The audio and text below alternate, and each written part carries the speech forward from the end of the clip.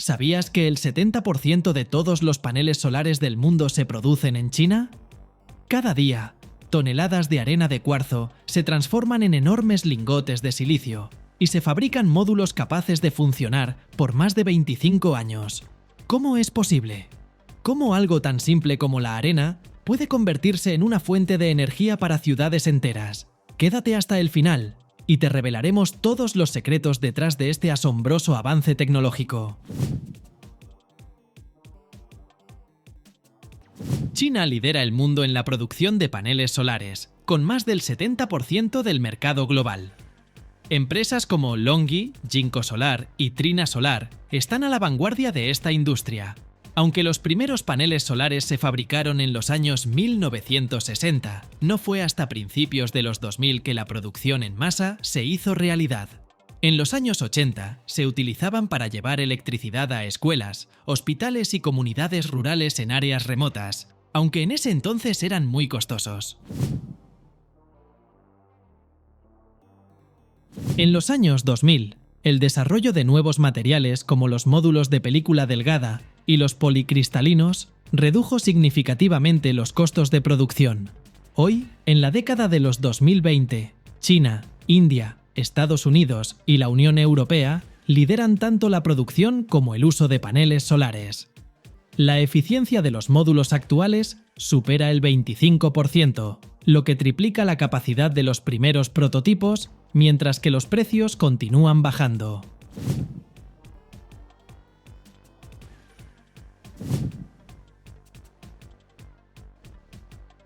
Los paneles solares no son solo una fuente de energía, sino un símbolo de desarrollo sostenible y responsabilidad ambiental.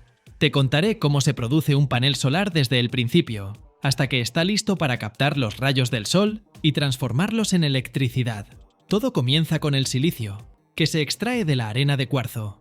Este material se procesa en forma de grandes lingotes monocristalinos o policristalinos, que se cultivan con tecnología especializada. Por ejemplo, para obtener un monocristal, se utiliza el método de Chorzalski. Imagina un crisol gigante lleno de silicio fundido, donde se introduce una pequeña semilla de cristal que se eleva lentamente, girando. Así se forma un lingote que puede pesar varias decenas de kilogramos.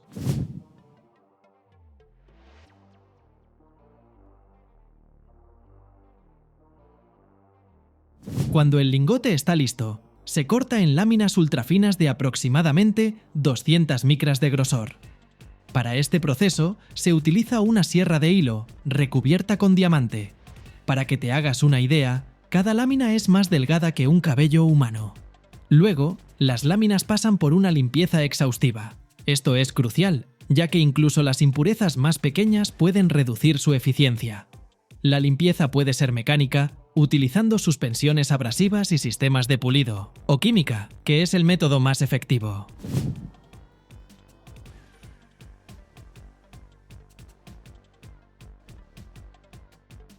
Las láminas se sumergen en soluciones químicas especiales para eliminar óxidos, contaminantes orgánicos y otras impurezas. Se emplean soluciones alcalinas, ácidas y con peróxido de hidrógeno. Después de cada etapa, se enjuagan cuidadosamente con agua desionizada para evitar que las impurezas vuelvan a depositarse.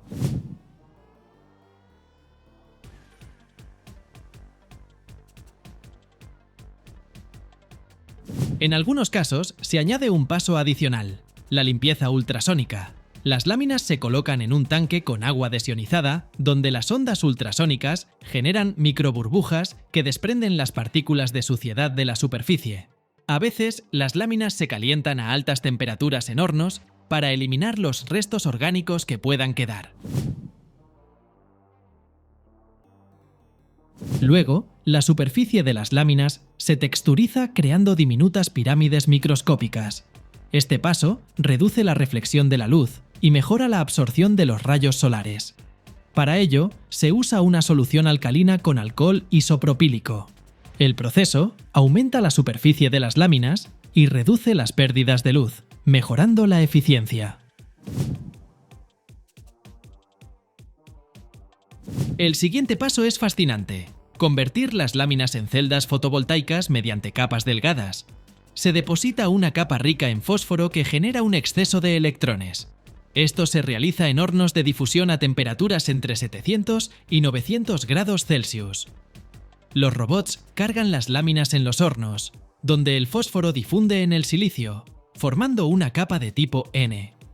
Mientras tanto, la base de la lámina, rica en boro, se mantiene cargada positivamente. Este proceso forma la unión Pn, el núcleo de las celdas solares, que convierte la luz en electricidad.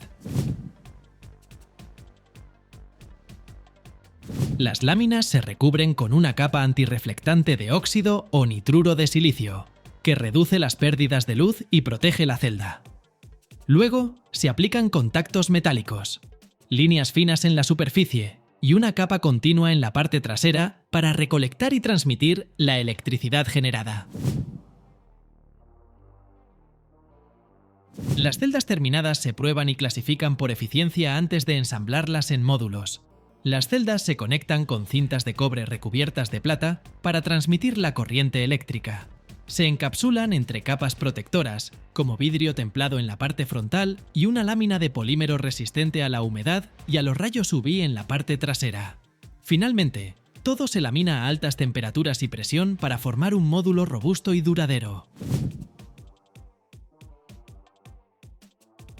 En la última etapa, cada módulo se somete a pruebas rigurosas para garantizar su rendimiento y durabilidad.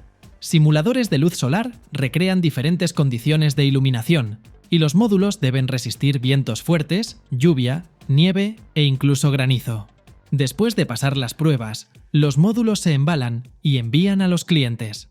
Cada panel puede durar más de 25 años, proporcionando energía a hogares, oficinas o incluso granjas enteras. Este proceso puede parecer complejo, pero cada etapa está tan perfeccionada que todo funciona como un reloj. Cada vez que veo un módulo terminado salir de nuestra fábrica, siento un orgullo inmenso de ser parte de este increíble proyecto. Pensar que algo tan sencillo como la luz se transforma en energía gracias a nuestro esfuerzo es simplemente asombroso.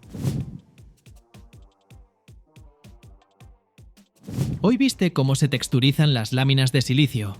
Aprendiste sobre el grabado químico y la formación de microestructuras, y mucho más. Espero que te haya resultado interesante. Gracias por acompañarnos hoy. Ahora sabes que la fabricación de paneles solares no es solo ingeniería o negocio, sino una inversión real en un futuro brillante.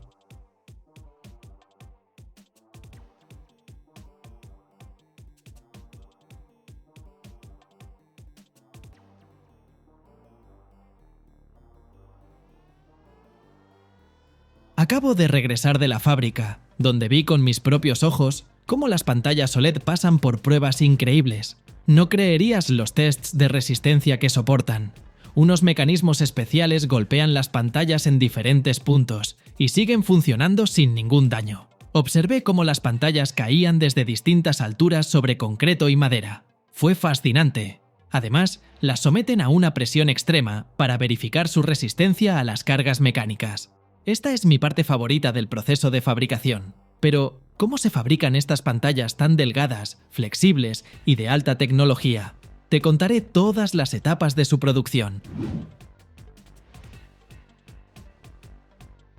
Lo primero que quiero mencionar es que las pantallas de nuestros teléfonos móviles están hechas de un sustrato pulido de fibra de vidrio. Por lo tanto, el proceso de fabricación comienza con la preparación del sustrato. Este es un paso crítico en la producción de pantallas OLED, ya que la calidad del sustrato influye directamente en el rendimiento y la durabilidad del producto final.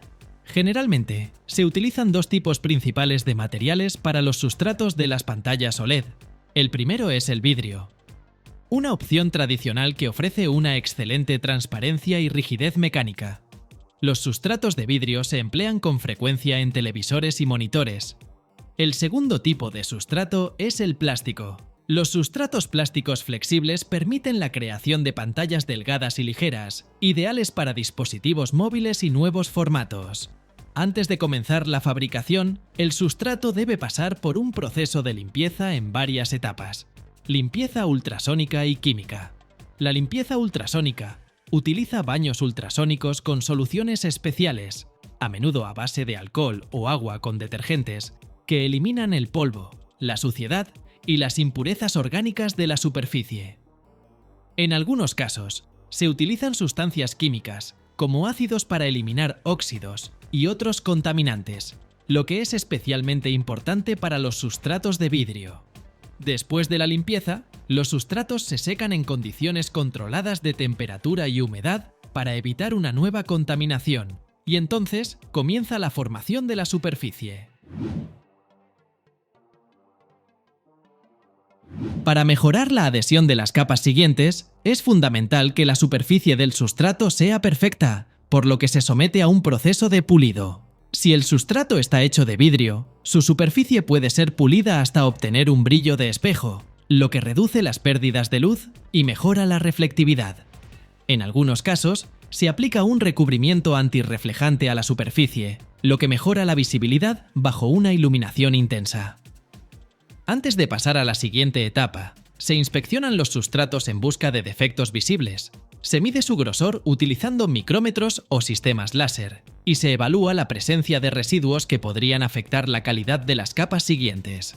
El proceso de pulido comienza con la aplicación de una solución especial sobre el sustrato comprimido.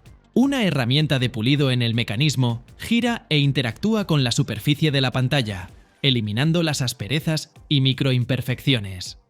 Después, se utiliza un láser sobre la superficie del sustrato para garantizar una suavidad perfecta.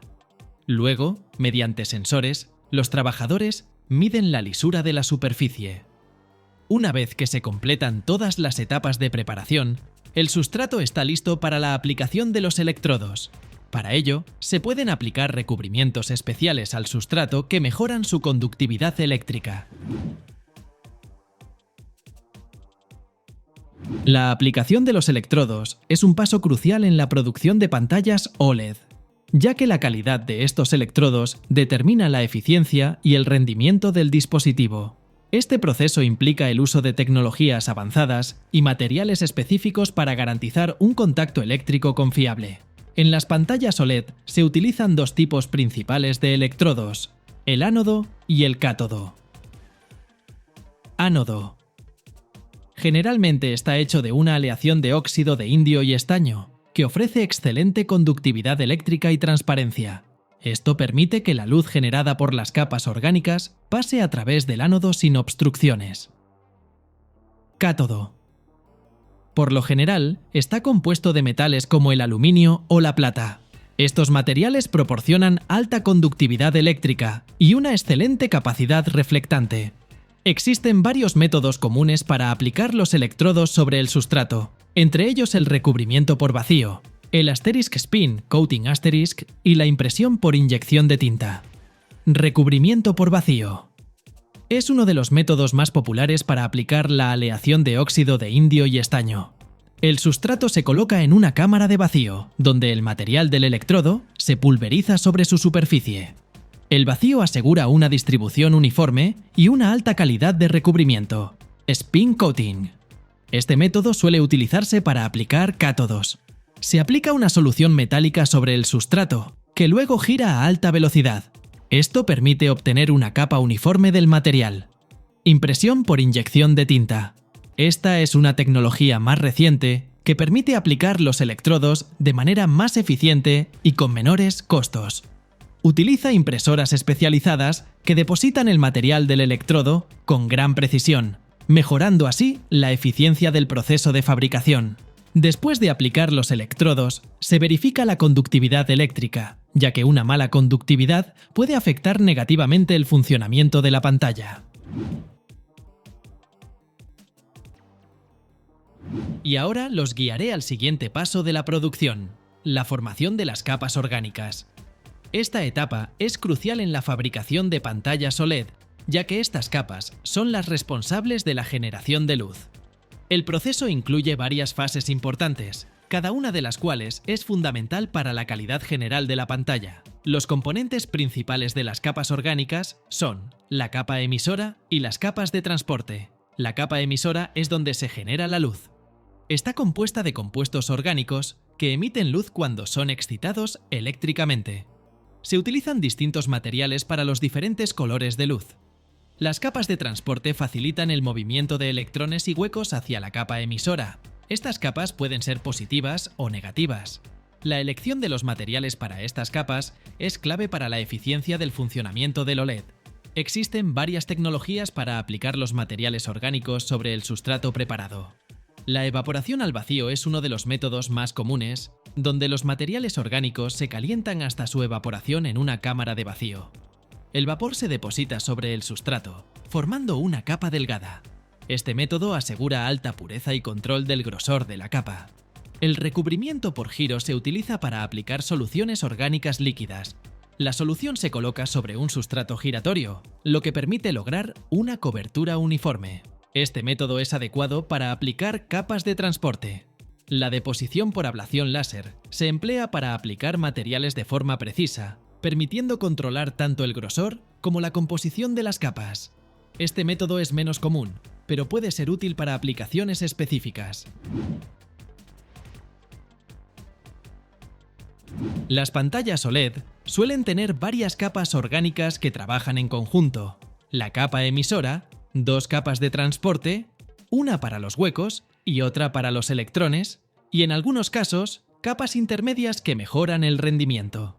Cada una de estas capas tiene un grosor óptimo que permite alcanzar el máximo brillo y eficiencia energética. Estos parámetros se calculan durante la fase de diseño. Después de la aplicación de los materiales orgánicos, se realiza un tratamiento térmico para eliminar los disolventes residuales y solidificar los materiales orgánicos, mientras se controla el nivel de humedad en el proceso para evitar la degradación de las capas orgánicas.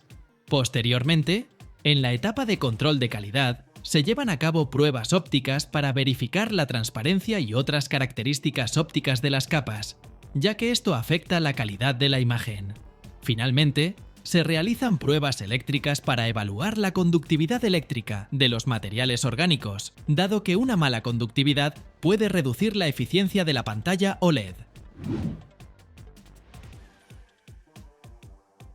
El uso de métodos modernos de aplicación y control de calidad permite alcanzar altos estándares en esta compleja tecnología, lo que convierte a las pantallas OLED en unas de las más deseadas en el mundo de la electrónica de consumo. Son conocidas por su alto contraste, colores vibrantes con una amplia gama de tonalidades, amplios ángulos de visión y su delgadez y flexibilidad, lo que a su vez abre nuevas posibilidades en el diseño de dispositivos. La fabricación de pantallas OLED es un proceso complejo y multifacético que combina tecnologías innovadoras con un enfoque artístico. Esta tecnología no solo está transformando la industria electrónica, sino que también mejora nuestra vida diaria, brindándonos imágenes brillantes y nítidas. Solo basta con sacar tu teléfono inteligente del bolsillo y tocar el progreso tecnológico.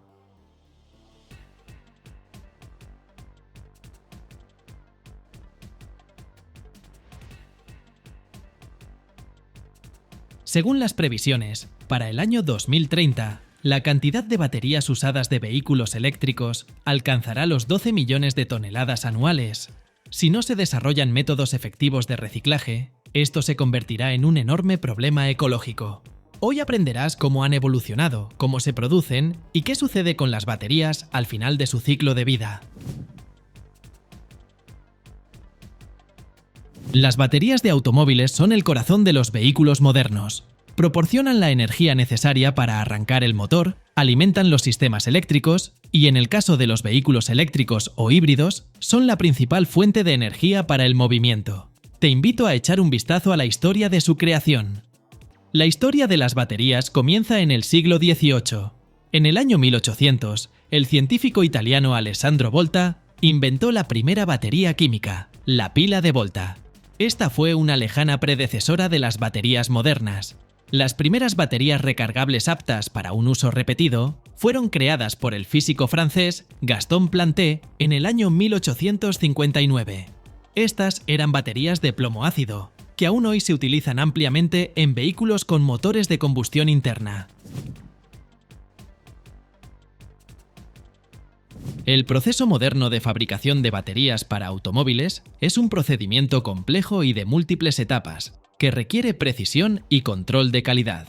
Te propongo analizar los detalles de la producción, tomando como ejemplo los tipos más populares: las baterías de plomo ácido y las de iones de litio.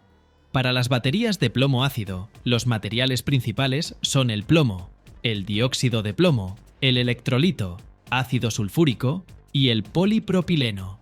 El ácido sulfúrico actúa como electrolito, mientras que el polipropileno se utiliza para fabricar la carcasa. El plomo se obtiene de minerales o mediante el reciclaje de baterías antiguas. Este se purifica y se funde para su uso posterior. La obtención de plomo a partir de baterías antiguas es un proceso que combina la habilidad de la ingeniería con una especie de alquimia moderna. Primero, las baterías usadas se desmantelan. Se trituran en máquinas especiales que separan el plomo, el plástico y el electrolito. ¿No te parece que esto se asemeja a una versión de alta tecnología de una licuadora de cocina, donde todo se divide en sus componentes esenciales? Los componentes de plomo se envían a hornos de fundición, donde se calientan a temperaturas superiores a 600 grados centígrados. En este punto, el metal se transforma en un brillante flujo plateado del cual es difícil apartar la vista. Todo lo innecesario, como escorias e impurezas, se separa, dejando únicamente plomo puro. El plomo fundido y purificado se vierte en moldes donde se enfría y solidifica, convirtiéndose en lingotes perfectamente uniformes. Estos lingotes son la base para fabricar nuevas baterías. Lo más fascinante es que este plomo puede reciclarse una cantidad infinita de veces. Ya vivió en generaciones anteriores de baterías y, quizás, podría formar parte de la batería de tu automóvil. Los componentes principales de las baterías de iones de litio son el litio, el níquel, el cobalto, el manganeso, el grafito y el electrolito. El litio se extrae de lagos salinos en países de América del Sur, como Chile y Argentina, o de minerales en Australia. Para las baterías de plomo ácido, los electrodos se fabrican con placas de plomo que se recubren con sustancias activas, como polvo de plomo y dióxido de plomo. Observa cómo el plomo fundido se vierte en moldes o se lamina en hojas delgadas, que luego se cortan en las formas necesarias. Estas placas tienen numerosos orificios o celdas para mejorar la adherencia de las sustancias activas. La sustancia activa que recubre las rejillas se prepara en forma de una pasta espesa. Esta pasta se compone de polvo de plomo, agua, ácido sulfúrico y aditivos que mejoran las reacciones químicas. Ven conmigo a observar cómo se produce este polvo mediante la oxidación del plomo en molinos especializados, que lo transforman en un polvo fino con las propiedades necesarias. Preste atención a cómo las rejillas avanzan claramente a través del transportador automático, donde la pasta se aplica en ambos lados. Los rodillos de la máquina presionan la pasta contra la rejilla con una fuerza óptima para garantizar una cobertura uniforme y la penetración en las celdas de la rejilla. Los excesos de pasta se eliminan con cuchillas, dejando una capa perfectamente uniforme. Las rejillas cubiertas con la pasta se envían a cámaras de secado especiales. En estas cámaras, la pasta pierde humedad y se endurece, transformándose en una sustancia activa. Con el tema de las baterías de plomo ya lo tenemos claro. Ahora les mostraré cómo se fabrican las baterías de iones de litio. En las baterías de iones de litio, los ánodos se fabrican con grafito, mientras que los cátodos se producen a partir de óxidos metálicos, como el óxido de litio y cobalto. A continuación, pasamos al ensamblaje de las celdas del producto. Estas son los módulos básicos de una batería. En las baterías de plomo ácido, se ensamblan a partir de varias placas separadas por separadores. En las baterías de iones de litio, las celdas pueden ser cilíndricas, prismáticas o de tipo asterisk, pouch cells asterisk, que son celdas en sobres flexibles. Llenado con electrolito. En las baterías de plomo ácido se llena con una solución de ácido sulfúrico. En las de iones de litio se utiliza un electrolito a base de disolventes orgánicos que facilitan la transferencia de iones entre los electrodos. Las baterías terminadas se someten a una carga inicial, lo que permite activar las reacciones químicas. Cada batería se prueba para verificar que cumpla con los parámetros establecidos: voltaje, capacidad y resistencia a las descargas. Posteriormente, las baterías de plomo ácido se colocan en carcasas de polipropileno. Por su parte, las baterías de iones de litio pueden ensamblarse en módulos que luego se integran en un gran bloque de baterías para vehículos eléctricos. La producción de baterías es un proceso que consume mucha energía y tiene un impacto significativo en el medio ambiente. En el caso de las baterías de plomo ácido, el plomo se funde y reutiliza. El plástico también se emplea para fabricar nuevas carcasas, y el electrolito se neutraliza o recicla. Sin embargo, la situación con las baterías de iones de litio es mucho peor. Solo alrededor del 5% de estas baterías son recicladas. Esto se debe a la complejidad del proceso para extraer el litio, el níquel y el cobalto. Sin embargo, el daño no se limita solo a la neutralización de los componentes. Para fabricar una batería de iones de litio para un automóvil eléctrico que pese 500 kilogramos, se requieren 250 toneladas de roca y casi 2 millones de litros de agua. Esto representa una grave amenaza de agotamiento de los recursos del planeta. Además, la producción de una batería para un automóvil eléctrico genera entre 3 y 16 toneladas de dióxido de carbono. Imagínese, esa es la cantidad que produce un coche en 5 años de uso. Y aquí hablamos de una sola batería. El problema más grave, sin embargo, es la extracción de cobalto. Alrededor del 70% del cobalto mundial proviene de la República Democrática del Congo, donde las condiciones de trabajo son terribles y, lamentablemente, incluso participan niños. Según estimaciones de Amnesty International, más de 40.000 niños trabajan en la extracción de cobalto. Además, esta actividad a menudo causa la destrucción de los ecosistemas locales. Por otro lado, el reciclaje de baterías de plomo ácido en países con bajo nivel de control ambiental, como la India o China, suele ir acompañado de la emisión de polvo de plomo y ácidos al aire. Esto provoca la formación de nubes tóxicas que afectan la salud de cientos de miles de personas.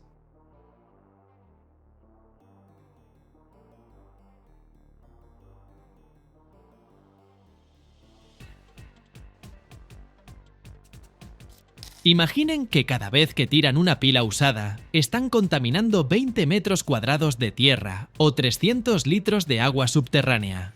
Sí, una pequeña pila. Ahora multiplíquenlo por millones. Y aquí un dato interesante. Reciclar solo 10 kilogramos de pilas produce la misma cantidad de zinc que se podría obtener de 96 kilogramos de mineral.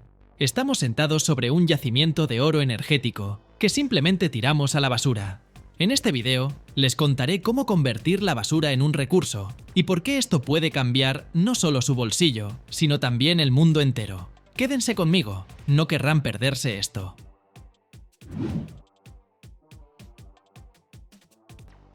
El proceso comienza con la etapa de recolección de baterías usadas. Estas provienen de diversas fuentes, principalmente de los puntos de acopio, que son contenedores especializados ubicados en tiendas de electrónica, supermercados y en las estaciones de reciclaje. También se involucran fuentes industriales. Las baterías son enviadas desde grandes empresas que utilizan una gran cantidad de acumuladores en su equipamiento.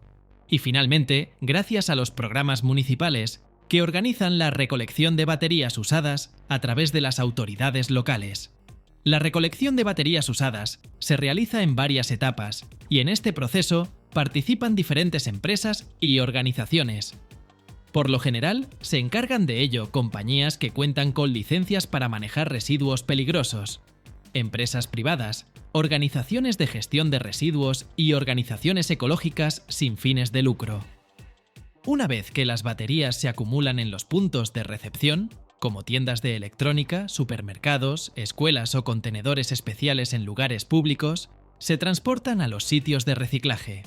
Las empresas organizan salidas regulares de vehículos especializados, empaquetan las baterías en contenedores especiales que previenen derrames o daños durante el transporte. Después de la recolección, las baterías son enviadas a estaciones de clasificación. Allí se clasifican según su tipo: alcalinas, de iones de litio, de níquel-cadmio, de plomo ácido, entre otras, ya que cada tipo de batería requiere de tecnologías de reciclaje diferentes. La clasificación se lleva a cabo de forma manual en una cinta transportadora.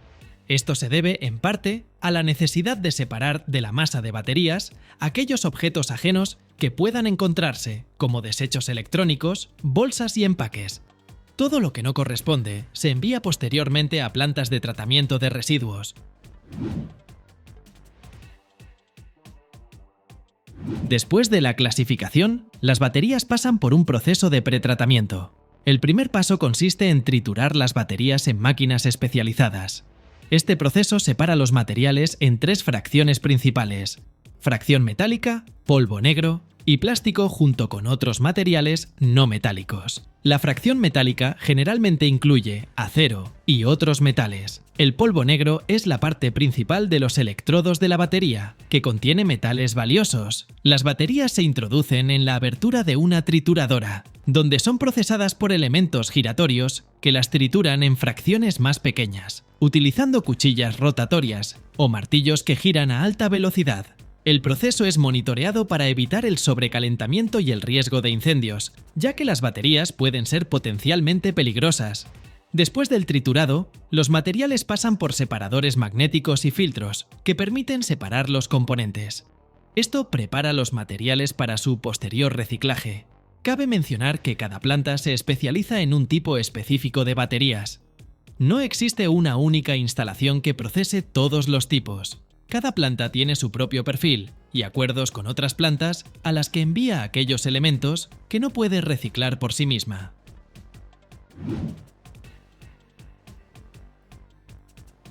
El siguiente paso en el proceso es la extracción de metales valiosos como litio, cobalto, níquel, cadmio y otros componentes.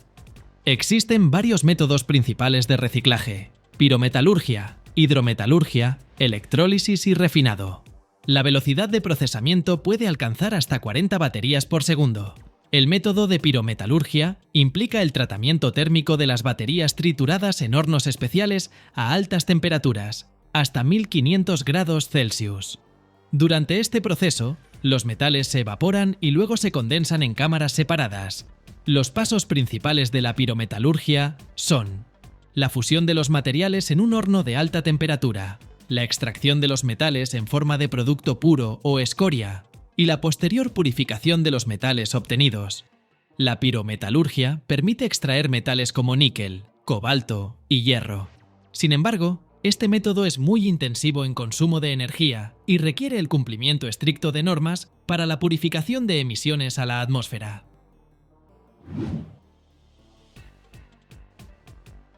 La hidrometalurgia implica el uso de procesos químicos para disolver los metales del material de los electrodos. Los pasos principales incluyen el lixiviado alcalino o ácido, que consiste en el uso de ácidos o bases para disolver los metales en una solución líquida. Luego se lleva a cabo el proceso de precipitación o separación de los metales. Este método es más respetuoso con el medio ambiente y permite extraer metales con un alto grado de pureza, como litio, manganeso y zinc. Una vez que los metales han pasado por el proceso de lixiviado químico, se añaden al líquido reactivos especiales que facilitan la formación de precipitados sólidos. Explicado de forma más sencilla, los metales, que son sólidos, se sedimentan en el fondo del recipiente. Las bases o sales modifican la acidez del medio, haciendo que los metales formen compuestos insolubles. Los metales caen de la solución en forma de partículas sólidas y se depositan en el fondo. El precipitado se separa del líquido mediante filtración o centrifugación, dejando un producto metálico puro. De esta manera, se obtienen níquel, cobalto o manganeso de las baterías usadas. El acero recuperado de las baterías se envía luego a una planta siderúrgica, mientras que el papel y el plástico se destinan a la producción de combustible alternativo.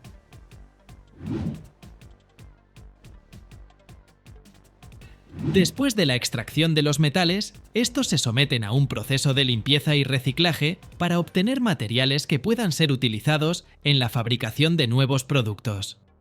La electrólisis se emplea para obtener metales puros a partir de soluciones.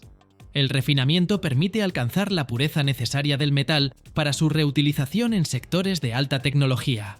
Los metales puros se utilizan en diversos ámbitos: la fabricación de nuevas baterías, electrónica, la industria automotriz y otros sectores de alta tecnología. Tras la extracción de los componentes valiosos, los residuos materiales, escorias, soluciones químicas usadas, plásticos, también se someten a tratamiento. Las escorias pueden ser utilizadas en la construcción o en la construcción de carreteras. Los componentes plásticos se someten a reciclaje adicional o se incineran en condiciones ecológicamente seguras para la generación de energía.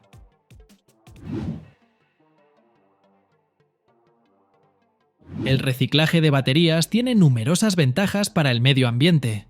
En primer lugar, contribuye a reducir la contaminación, ya que las baterías usadas contienen sustancias tóxicas que pueden contaminar el suelo y el agua.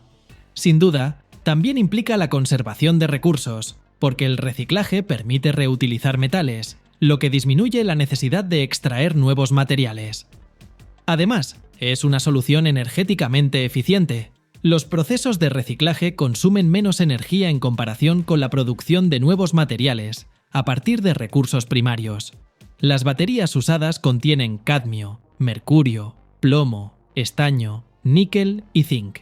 Si esta mezcla termina en un vertedero, las sustancias se pueden filtrar rápidamente con las lluvias y evaporarse al sol. Esto significa que los tóxicos pueden ingresar a los organismos vivos y causarles daño. Una sola pila tipo AA puede contaminar 20 metros cuadrados de suelo o 300 litros de agua subterránea. Sorprendente, ¿verdad? Además, para la industria, las baterías son una materia prima con una alta concentración de sustancias valiosas.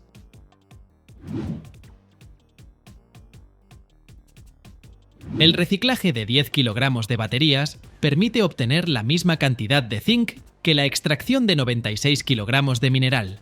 Sin embargo, las plantas de reciclaje de baterías no se encuentran en muchos países, ya que para volúmenes pequeños, hasta 100 toneladas al año, no resulta rentable construir una planta.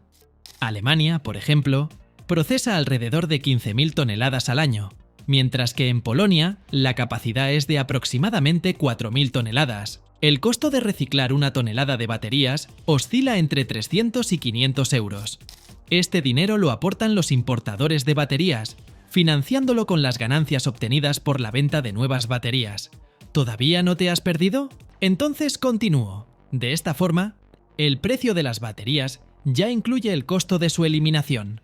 Lamentablemente, muchos países no solo no reciclan adecuadamente las baterías, sino que las arrojan directamente en contenedores de basura comunes. Aquellos un poco más conscientes y con mayores recursos, a menudo mediante esfuerzos voluntarios y organizaciones, envían las baterías usadas a Europa para su reciclaje. Sin embargo, los japoneses no hacen ni una cosa ni la otra. Ellos recolectan las baterías, las clasifican y las almacenan. Un sistema similar existe en China. Las baterías se depositan en enormes fosas recubiertas con polietileno, donde permanecen hasta que las autoridades encuentren un método de reciclaje rentable. Alemania ha logrado los mejores resultados en la recolección y reciclaje de baterías, con un 90% de ellas recicladas y el resto almacenado. En segundo lugar, se encuentra Australia, que recicla el 80%. Y en tercer lugar, los Estados Unidos de América, con un 60% de baterías recicladas en esta noble tarea.